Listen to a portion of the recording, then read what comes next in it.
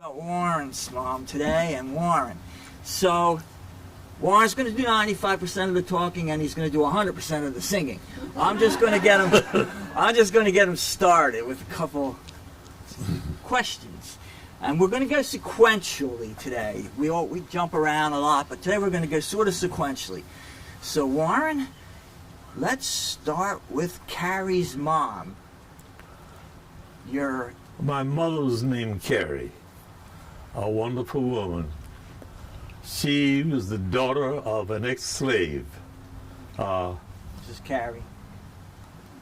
She was known in the community where she lived when she came out of slave as Aunt Kitty. Her name was Catherine.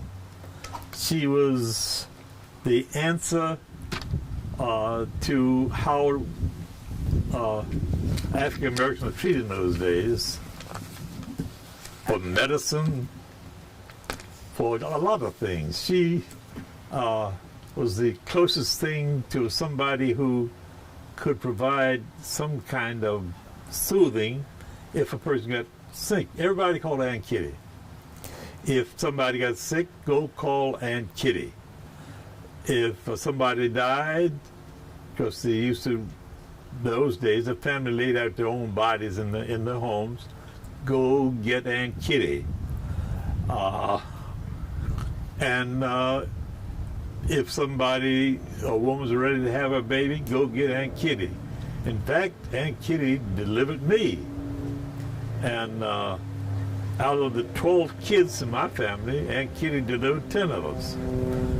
Mostly because the services of a trained medical person weren't available to people of my background. Could you tell us about Aunt Kitty as a child? Aunt Kitty as a child lived in slavery in a compound that is now the area known as Marriottsville. My daddy said in the days when she was in slavery, that area was called Little Africa. It was all the area that was owned by a guy named Anderson. My belief, and I have reason to think so, that he was the father of my grandmother that everybody called Aunt Kitty. She was very fair-skinned. Somebody's asking, did she ever try to pass as white? I said, anytime it suited her fancy or anytime it was necessary, yes.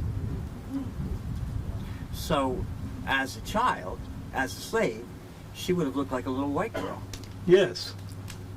And she had seen 3 of her siblings sold at auction and moved south. Anderson never sold my grandmother, Aunt Kitty, and my belief is he didn't sell it because that was his daughter. And further indications that probably was the case. When slavery was ended and the slaves were freed, he was in advanced years.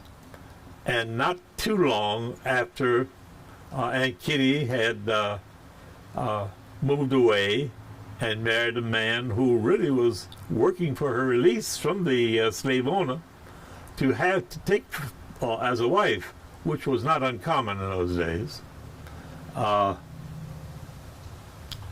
He called for Aunt Kitty. Isaac Anderson called for Aunt Kitty. Isaac Anderson, who was the slave owner, called for Aunt Kitty, and she went.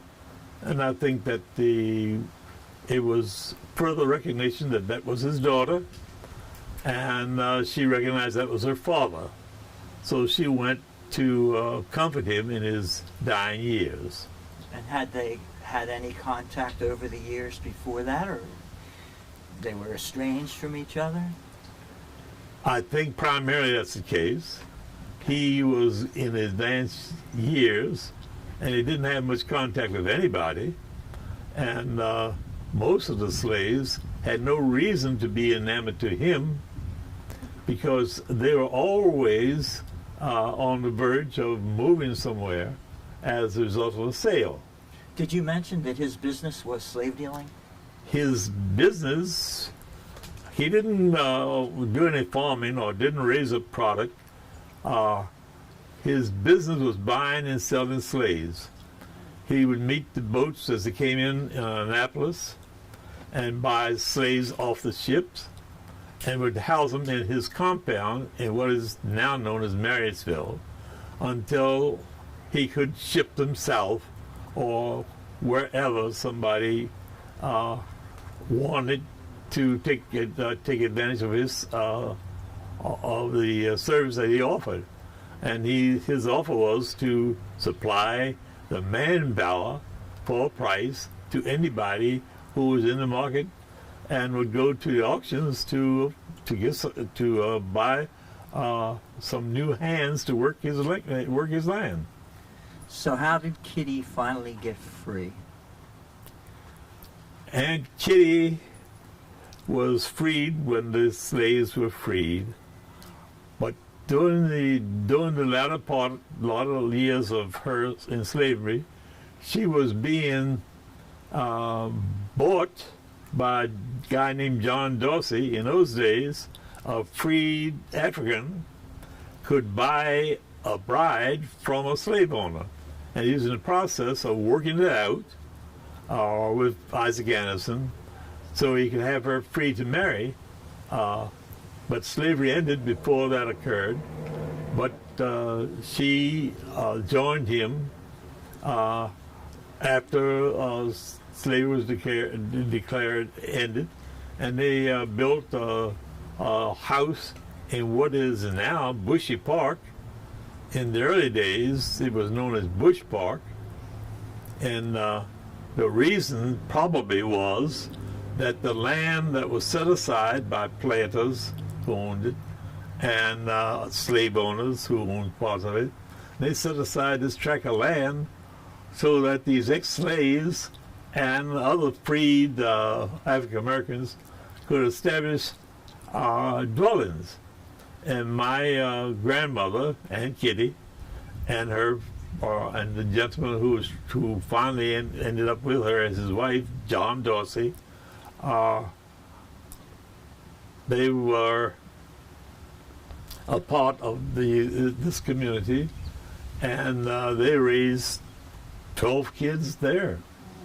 Also, my mother was one of the 12, and she was the 9th kid. She had 12 kids, and I'm the 9th kid. So Aunt Kitty's 9th kid was Carrie. Now, Carrie married Ed. Let's hear Ed's background. Ed's background is different. He is the grandchild of Mary. I think her name probably, her maiden name probably was Clendenin. What? McLennan, yes. And he was a mulatto. He paraded around as a white man, or not necessarily, but he didn't identify as an African American.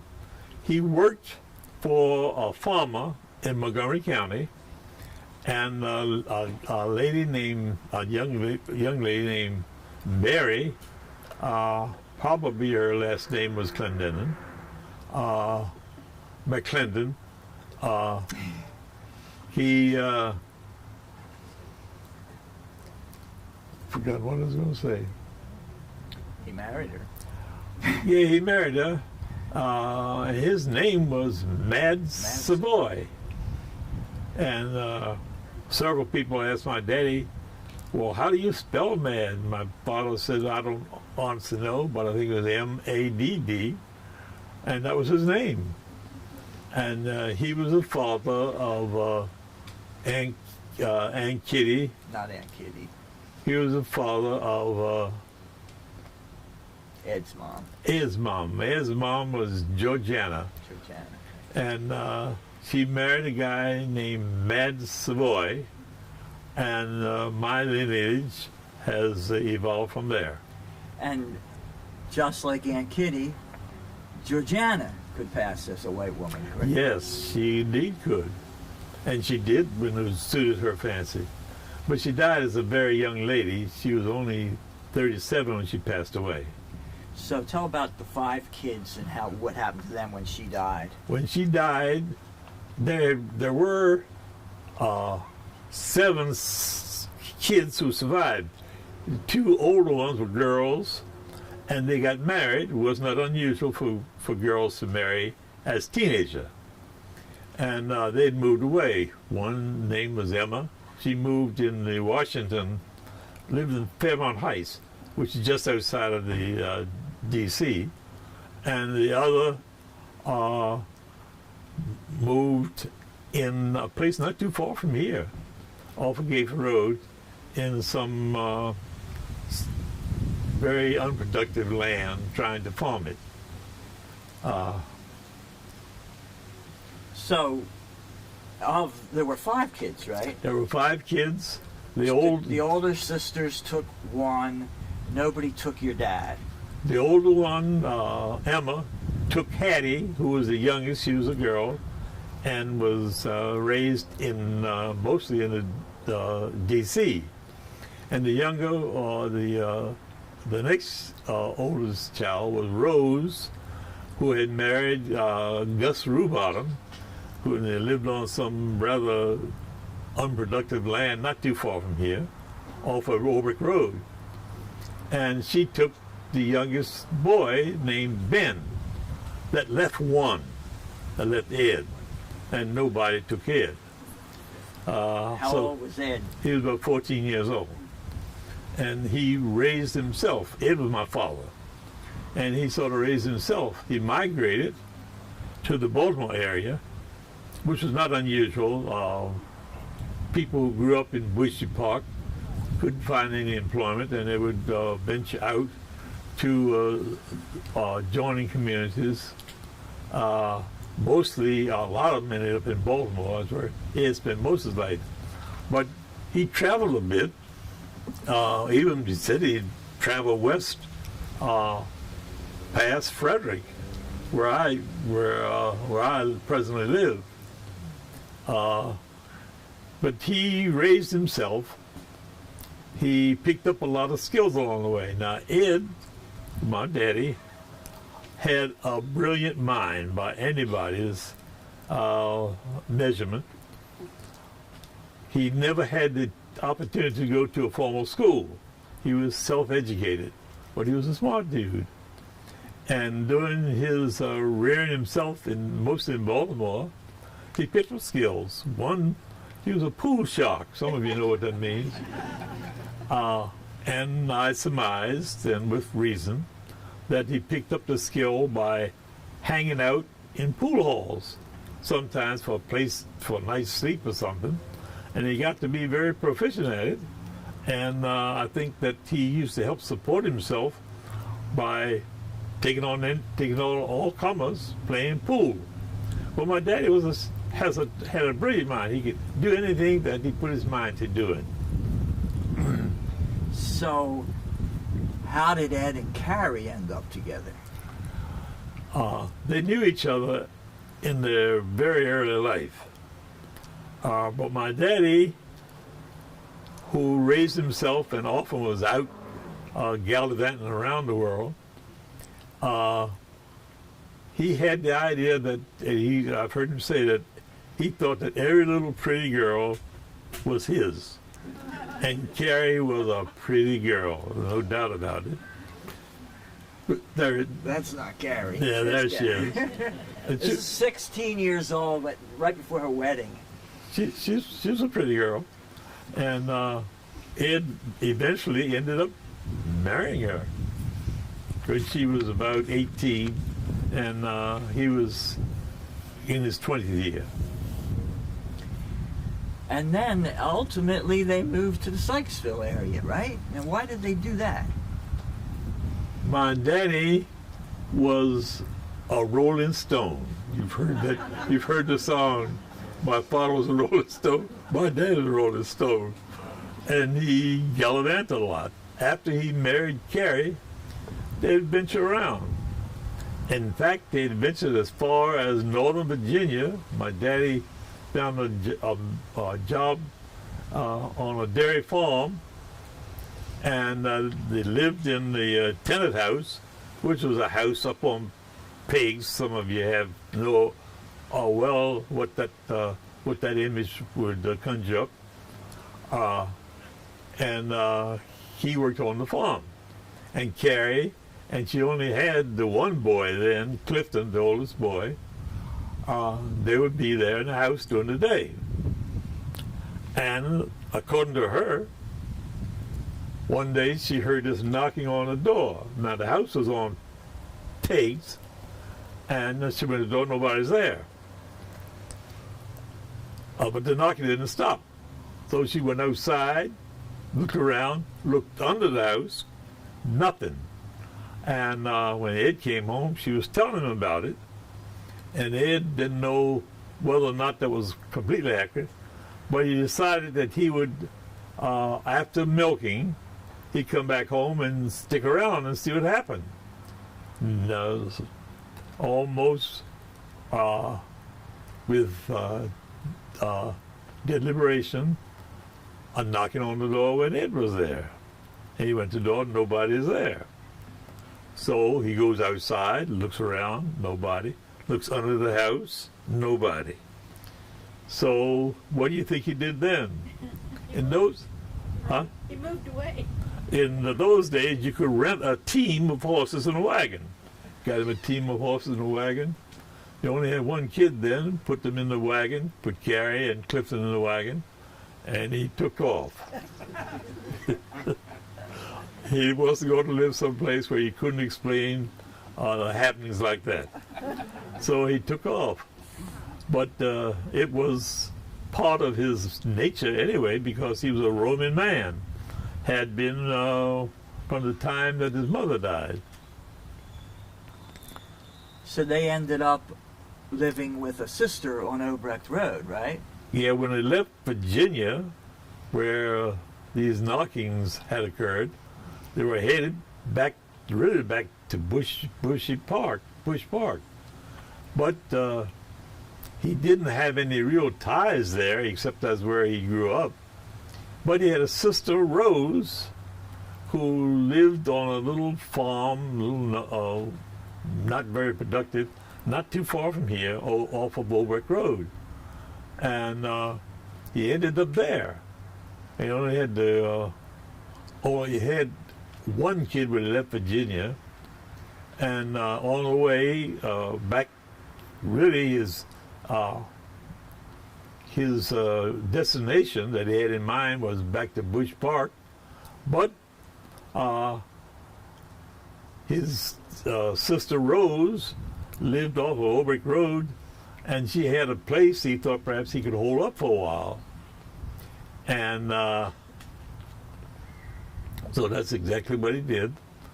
And during about the same time, Springfield State Hospital, which this property here was a part of, was established as a facility to accommodate mental patients from the Caucasian race. And early on, African Americans were only employed as like groundkeepers and as handyman in the kitchen and all, but it was the only stable work that was available, so that Ed thought he might be able to get a job. So he did. And initially, he used to be the handy boy around the kitchen, help prepare vegetables, wash pots and pans, and that kind of business.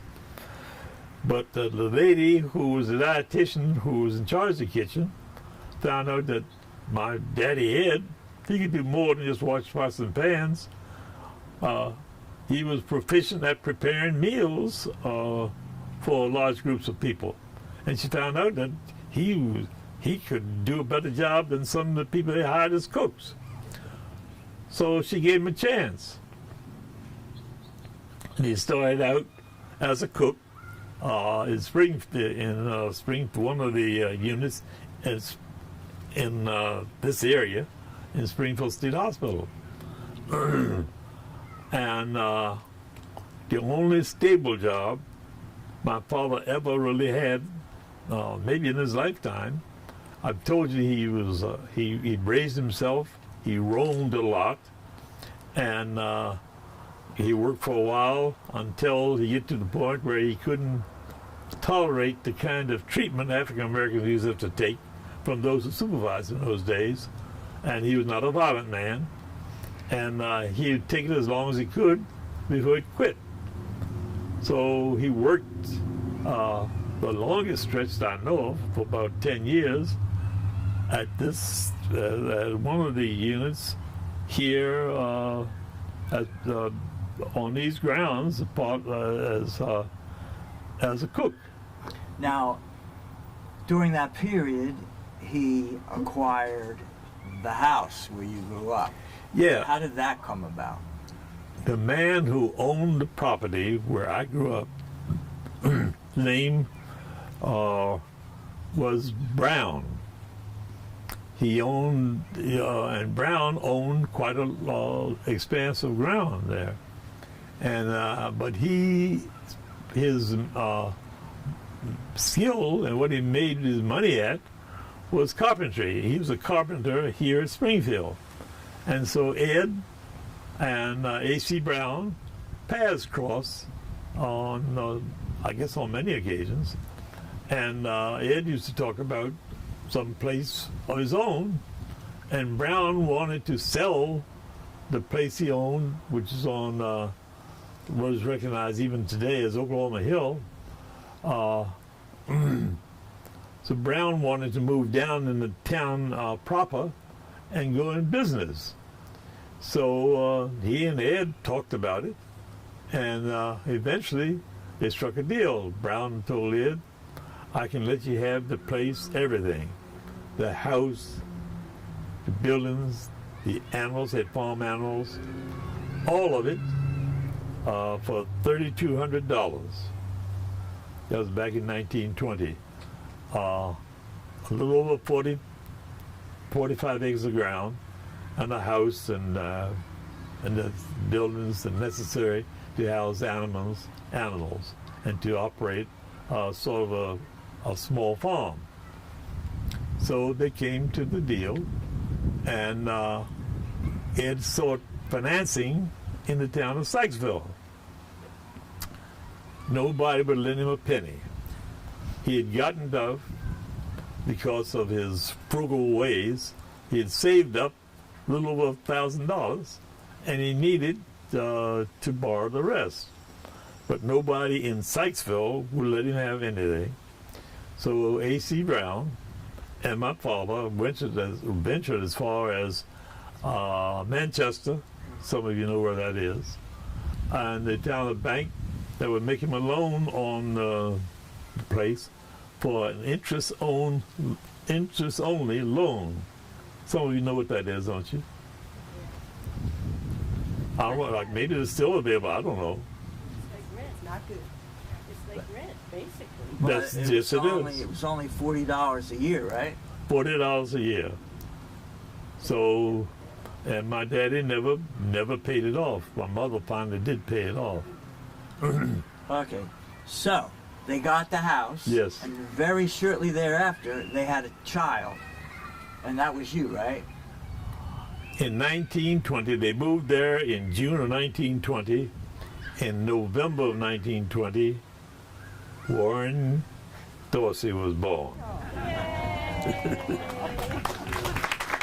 But that in itself is quite a story. Yes, let's hear the story. Well, they lived in the house that they had was just a typical, what you recognize now, typical tenant house on a farm. And they lived there, and they only had available to them the services that were generally available to African Americans during the day. Well, when it come time for my mother to deliver me. They just moved to the place in June, and in November she was about to give birth, and Aunt Kitty, her mother, had come to supervise the event, since they had no services from any trained medical people. There was no electricity, no water, no light? No. Okay. And on a cold night in November 17th, 1920, my grandmother was in the tennis, and I was born. And I was a frail child. And today I'd be in a neonatal unit if I was born under those circumstances. But there wasn't any such thing available then. And my grandmother handed me to my mother, and she said, "Pray over the little fellow. I don't think he'll last through the night." She was off just a mite. Just a mite. So how'd you get your name? In those days, most of the people who lived in communities were ex-slaves and other freed African Americans were illiterate. They hadn't had any schools. But for some, out of seemingly nowhere, a man appeared, and he had no belongings. I'm sorry. This man appeared in Bushy Park, right? Appeared in Bushy Park. He had no belongings, but he was literate. Nobody knows how that came about, but he provided a service for the community. He was their tie between their condition of living and the community at large that you had to do business with. He was literate, and he would act as their link to the outside world. And he used to go around visiting, and I wrote a little story about it. In fact, I think it's the first thing I showed Jack. Was. Professor Lee, right? Yes, people knew him only as Professor Lee. They never did know any other name. He never identified himself as anything else, and nobody ever called him anything else. He appeared in the community, and he was literate, and he would hang his hat wherever people would offer him a nice stay, and he did good among the people. And I wrote a little story, and I called him Black Jesus. Jesus went about doing all kinds of deeds among the poor and downtrodden. And Professor Lee did that. And he used to go around visiting. And he was visiting my parents the night I was, 2 weeks after I was born. And I had no name. And my suspicion is my mother never expected me to live, so there was no point in wasting names. She had a whole lot of kids. So Professor Lee, finding this out, asked my mother if he could name me. And she did.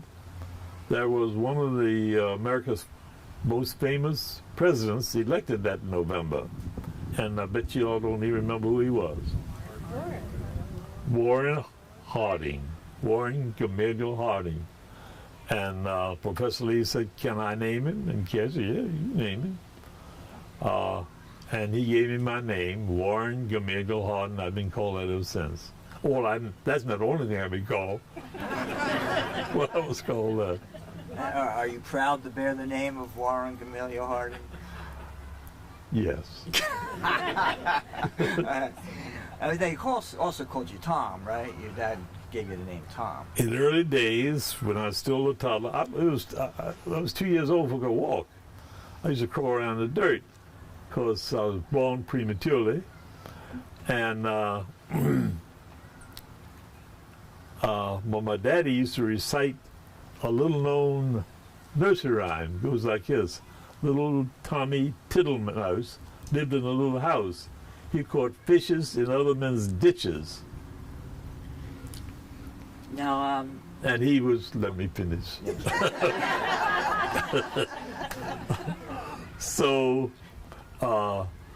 he started singing this little song, little rhyme, and people initially called me Tommy, and he got shortened to Tom, and I've been called Tom by the people in the neighborhood, and most of them who lived in the neighborhood where I grew up didn't know my name wasn't. Some of them assumed I'm named Thomas, but no.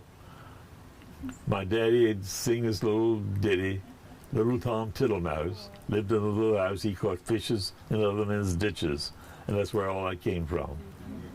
so I was going to ask you, what happened to Professor Lee after he named you? Professor Lee, sometime after he named me, disappeared as mysteriously as he'd appeared. Out of nowhere, nobody knows where he came from. He had no relatives, and he had no earthly belongings. And I could venture that after he got a good look at me, it frightened him and he left. But I don't know. Let's move on to where did you go to school? For many, many years, there was no schoolhouse available to African Americans in Sykesville until, and Pat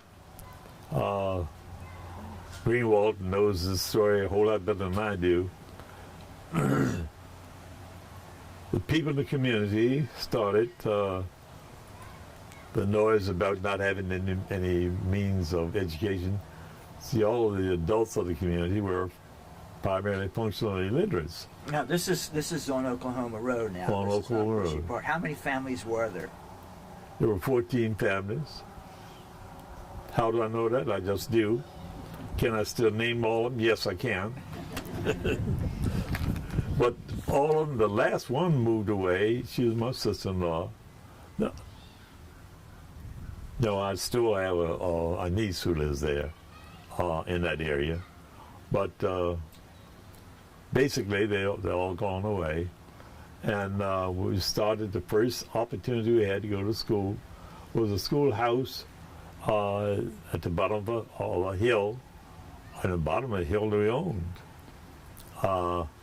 And it was about to be dismantled, and because it was falling into ruin, until somebody, guy named Lewis,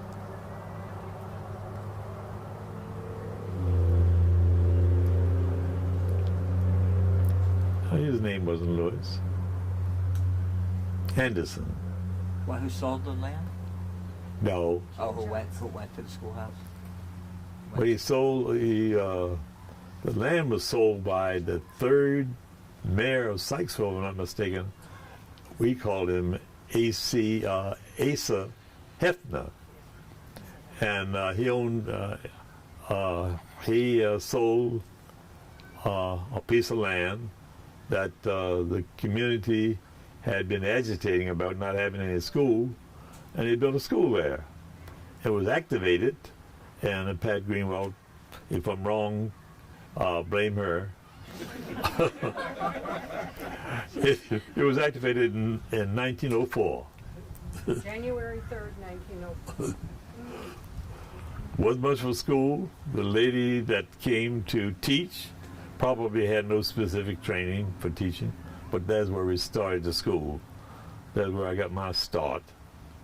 I went to school there up until the 5th grade. I hadn't learned it a whole lot in that time, primarily because the lady who was the teacher didn't do a whole lot.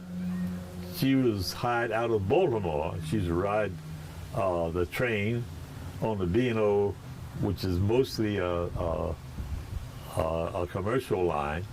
But in those days, they ran 3 passenger trains a day each way.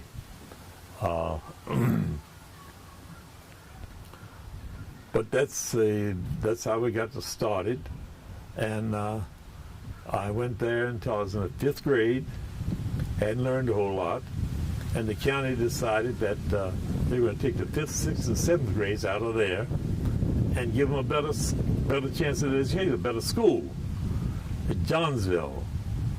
Johnsville is sort of northwest of Eldersburg. Some of you know where it is. It was a black enclave in those days. And the county said, now, you 5th, 6th, and 7th graders will no longer go to the little schoolhouse in Sykesville. You'll go to Johnsville. They left one important detail out of it. No way to get there. African Americans were never provided any transportation in the early days to get to the schools. It was up to your parents and other adults in the neighborhood and yourself to get to the school. And it never did solve it as satisfactory as they'd like to. We ended up walking most of the time. And it's a distance from Sykesville, where we lived, to Johnsville, where the school was, of just over 4 miles. And we started that when I was in the 5th grade. Well, by the time elementary school then was 7 grades. By the time I finished 7th grade, I thought that was the end of it, because there was no high school. But they did establish a high school in Westminster, which is in the sort of northern part of the county. But almost all of the potential students lived in the southern part of the county. But the county never provided any transportation. But a guy who taught in the county was willing to help out. And the guy who was made the principal of the first high school we ever had, which was a couple old Army-type barracks stacked and made into a 2-story building. And the building still stands. It's been, this has multiple use. It's been renovated, but it still stands. What was it called? What? What was the school called? Robert Moton High School. Robert Moton High School. The Robert Moton High School. Now, we thought it was out of the question that I had a sister who was in the same, because of happenstance, ended up in the same grade level I was. We were out of elementary school. We thought that was the end of it. But 2 young men from the community found out that the principal of this new high school had succeeded in getting an old rickety bus, and he used to travel the main highways to pick up kids and haul them into Westminster to the school that they built, Robert Moton High School. It was at first just one old building, a barracks-type building on top of the other, and they split down the middle with folding doors, and they could make it in 4 classrooms. But they assigned 2 teachers to teach 4 levels of high school, all subjects. But by surprise that was our first real stroke of luck. The 2 people that they picked to man this new school and teach everything was one Daisy Harris and George Crawford. I don't know if you've ever heard of him or not, but George Crawford went on to get his PhD. He ended up in the State Board of Education in charge of curriculum development. Daisy Harris ended up teaching at Frederick High School. By anybody's standards, they were master teachers. And I say that with confidence because the only high school education I got, George Crawford and Daisy Harris were responsible. And I guess I could give them some credit for being partially successful. And I got a daughter sitting here, so a photograph that was taken the day that I finished Morgan College. You skipped high school. Well, we'll talk about high school. Yeah, we're still talking about high school. Well, in high school, I was not anything special. But on the night of a graduation, a lady from one of the civic organizations in the town, in Westminster, came to our graduation exercises, and she had an award for whoever finished first in the class. I found out that the person who finished first in the class was Warren Dorsey. I had no, because that was not emphasized when I was going to high school. So you were the best student in your high school. Yes. And then you got the idea of going to college? Well, what also came along with being first in the class, the state of Maryland gave a scholarship to a Maryland college of $50. $50 wouldn't even buy you a textbook these days, but it was quite a bit of money in those days. And although my family didn't know anything about a college or anything of that sort, but once that award was made, I started thinking that maybe you can go to college. What a earth-shaking idea for this little boy who lived there on Oklahoma Hill. But all the time before then, if any of us, the older ones in the family, of my siblings, ever got a job, a daytime job, and we often could get a day's work on a farm or something, the money wasn't yours. The money belonged to the family, so you turned it over to my mama. But when I got the idea that with a scholarship, there's a possibility I might maybe go to college, and my mother said, you can keep anything you make and save it toward trying to get into college. And I was working for a farmer off of Route 32 near West Friendship. And I'd been following a threshing machine up until that time. Some of you might know about that era. And if you're interested, I can tell you all about that too. But after the harvest, after the threshing was over, this farmer on this farm there hired me to stay on and work as a day laborer. What were they paying you? 10 cents an hour. We worked 10 hours a day for $1. That doesn't sound like a whole lot of money today. But I guess that's what was the going rate in those days. And I was, after the harvest, during the harvest season when we were threshing grain, you get 15 cents an hour to aid with the harvesting.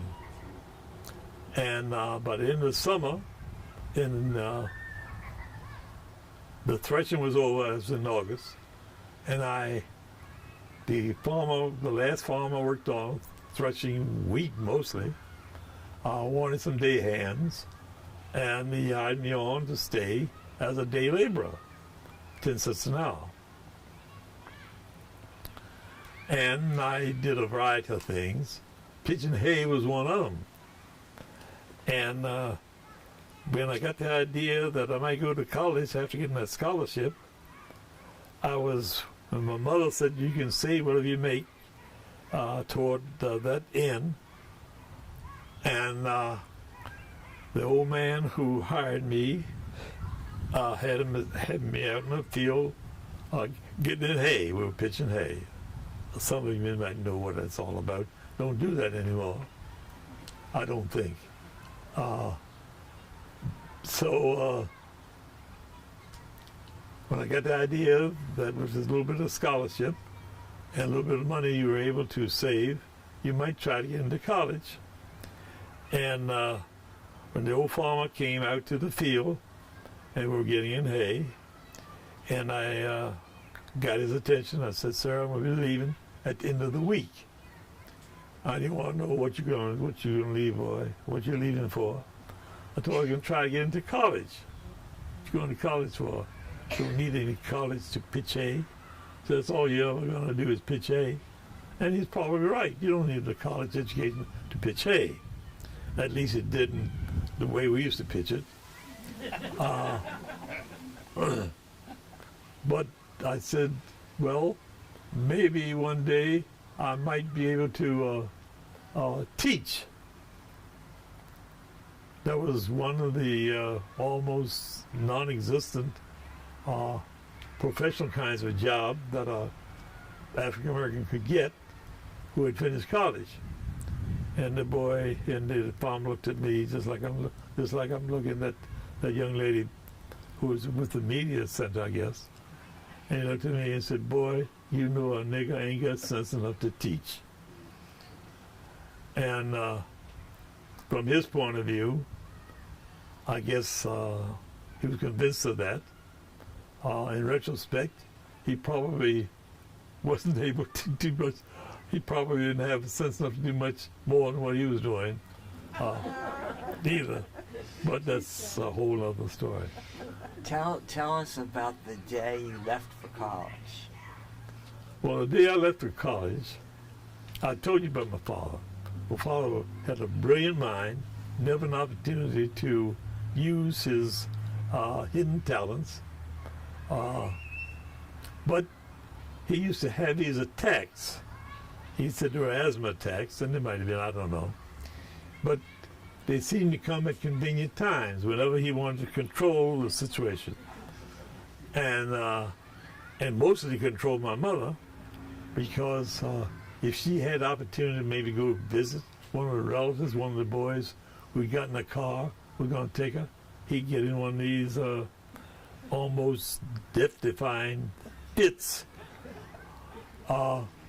to keep her from going. And the day that I had picked to leave home to try to get into college, I went to the bedroom where he was. My mother was sitting with him. He was sitting on the side of the bed, heaving and coughing as if every breath would be his last one. And there was only one male left when I left, and there was still work to do around the farm in order to raise the vegetables we used for food and to take care of the animals, the farm animals. And I started thinking, well, maybe I can go on my venture later on, and maybe I have to sacrifice my opportunities for the good of the family. And my father was there, and my mother was sort of trying to ease his pain a bit, and he was heaving and coughing as if every breath would be his last. And I think that what was happening, he was using this as a controlling device to keep me from going, to keep me working on that little farm we had. But my mother said, I've been nicknamed Tom, which I told you about that.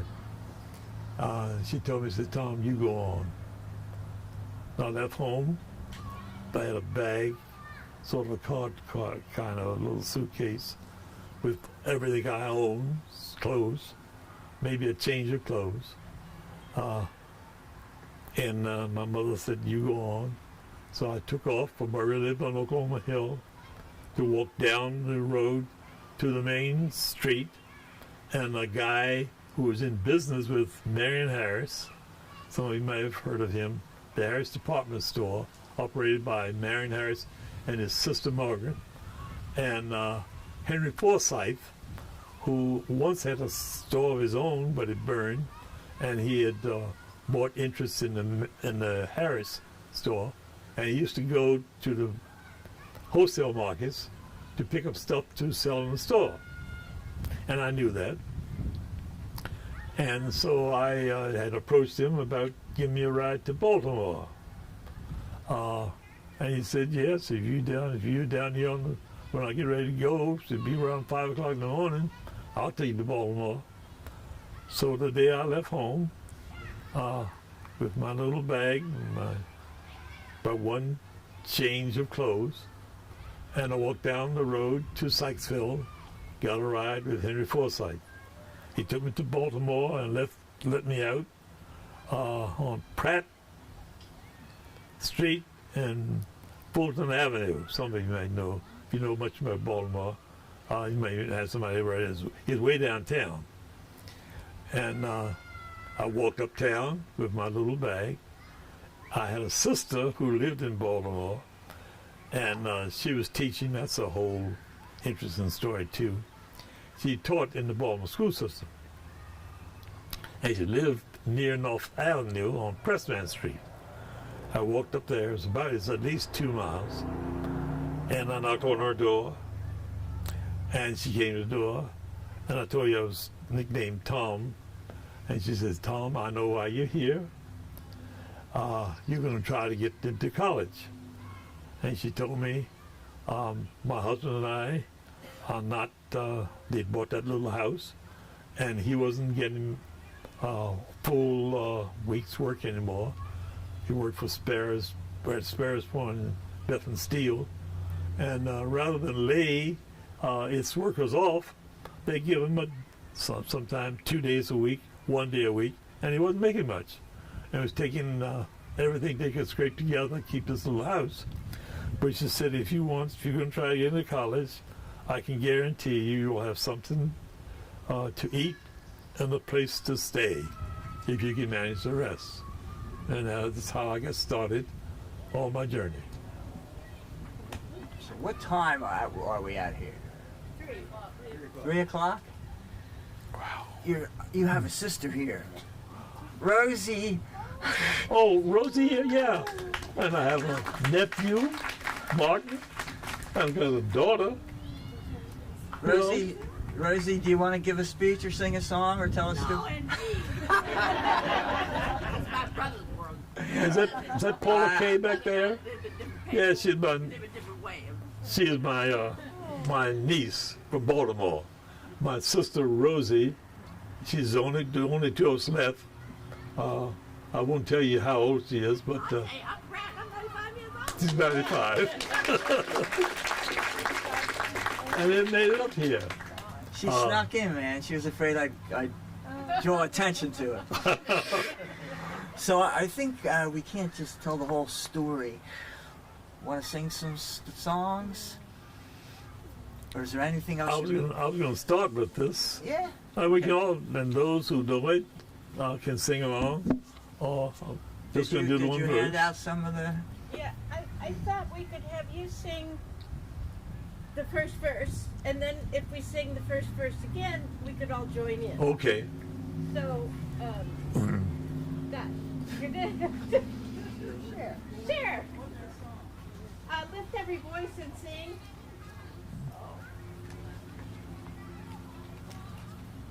Can somebody help me pass these out, Tim? Yeah, sing along. Count. Count how many people.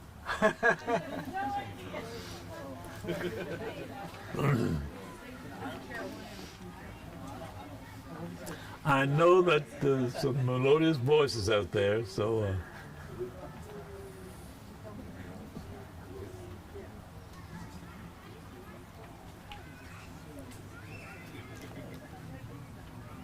but my sister has this remark, said, don't say sing a song around Tom. Said all you say is sing, he's up and going. Your kids still call you Poppy? What? Your kids Yeah. still call you Poppy? My daughter. She's over there. Susan. Yeah, Susan, she's over She there. calls him Poppy. But she's the only one. She I've texts had me. 3 kids. How's Poppy 2 boys getting and a there? girl.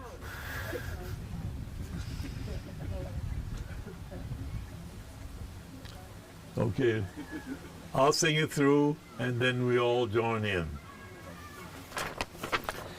Lift every voice and sing till earth and heaven ring. Ring with the harmonies of liberty. Let our rejoicing rise high as the listening skies. Let it resound loud as a rolling sea. There's a verse, there's a refrain that's not here. But let's just sing this together. Lift every voice and sing till earth and heaven ring. Ring with the harmonies of liberty. Let our rejoices rise high as the listening skies. Let it resound far as the rolling sea. In other words,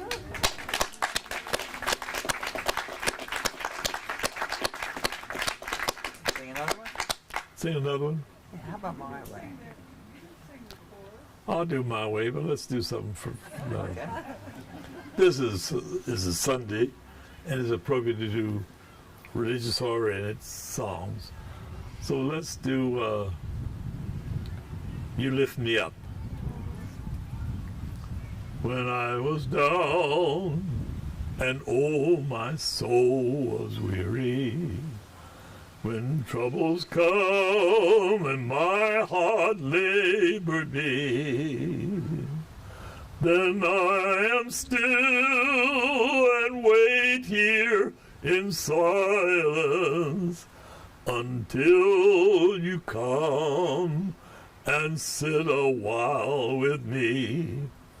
You raise me up so I can stand on mountains. You raise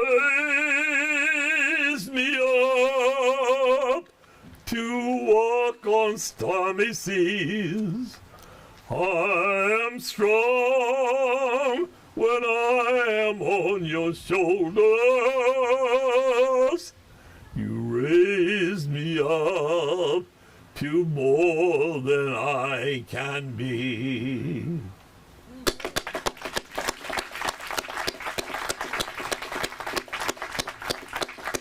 Today is Sunday. Little David, play on your harp.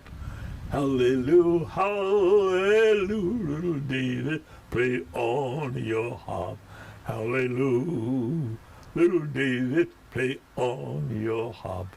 Hallelujah, hallelujah. Little David, play on your harp. Hallelujah. When David was a shepherd boy, he killed Goliath and shouted for little David, play on your harp. Hallelujah, hallelujah, hallelujah. David, play on your harp. Hallelujah, little David, play on your harp. Hallelujah, hallelujah, hallelujah. David, play on your harp. Hallelujah.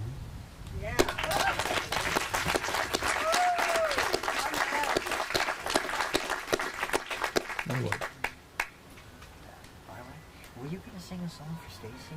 What? You said you were going to sing a song for the mayor. Oh, I should have dedicated that to the mayor. Well, dedicate tonight's song to the mayor. Why not? That's the most wonderful thing that's happened to Sykesville ever. And she deserves all the accolades. She's not listening. Well, she don't have to listen. She don't want to. He's talking about you, Stacy. Oh, well. Do My Way? My way. And now the end is near, and so I face my final curtain. My friends, I'll say it clear. I'll state my case, of which I'm certain. I've lived a life that's full. I've traveled each and every highway, and more, much more than this. I did it my way. Regrets, I've had a few, but then again, too few to mention. I did what I had to do and saw it through without exemption. I planned each charted course, each careful step along the byways, and more, much more than this. I did it my way. Yes, there were times, I'm sure you knew, when I bit off more than I can chew. But through it all, when there were doubts, I ate up and spit it out. I faced it all and I stood tall and did it my way. I've loved. What? He's not done. I've laughed, I've cried. I've had my fill, my share of losing. And now, as tears subside, I find it all so amusing to think I did all that, and may I say, not in a shy way. Oh no, not me. I did it my way. Are you done? No.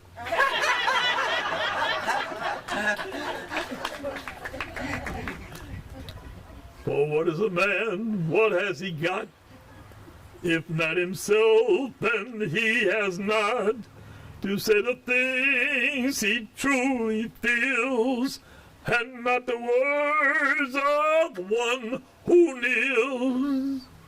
The record shows I took the blows and did it my way.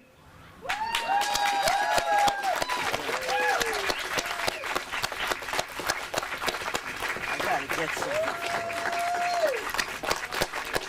Hey, Joe, where's that thing? I got a thing for you. What? A thing. Oh. Just a minute, folks. The town manager and the town mayor are heading toward the porch. When I lived in Sykesville, Oklahoma Hill, those who know the Sykesville area know where Oklahoma Hill is. That was the enclave where African Americans lived. And that's where I spent my youth. And maybe Heavy. No, it's not. It looks it. maybe there'll be reasons to remember it. Yes, sir. I missed the very beginning of what you said because I was behind the speakers, but I assume you're speaking of... Oklahoma Hill. Yes, Oklahoma okay. Hill. I wanted to make sure. So what I'd like to do right now is something that's a long time coming. I think it was 2017, Chris? In 2017, then Councilman Christopher True brought forth to the council a resolution to dedicate a park in the name of Mr. Warren Dorsey's mother, Carrie.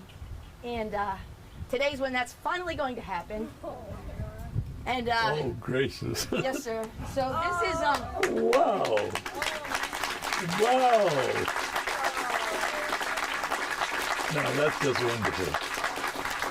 it is wonderful, and what makes it so incredibly wonderful is that what I know about your mother is obviously from you. She was a wonderful woman. She was a wonderful woman, and I believe she's probably today's definition of a strong woman. She was every bit of that. And if not a strong woman, definitely a matriarch to her family.